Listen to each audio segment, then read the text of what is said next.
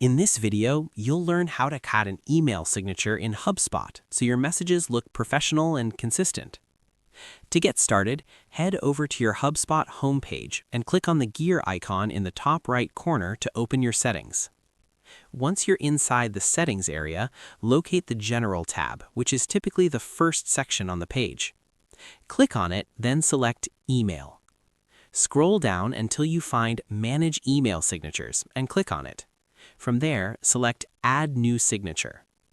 Keep in mind that this feature is only available on the Pro plan. Make sure you have the appropriate subscription, such as Service Hub Professional, to access it. After clicking to add a new signature, you can enter the signature you'd like to use.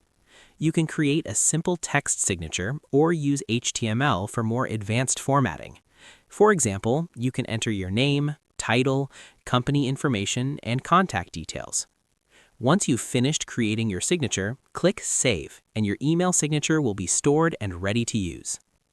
That's all for today. If you haven't signed up for Hubspot yet, be sure to use the affiliate links in the video description. Thanks for watching, and I'll see you in the next one.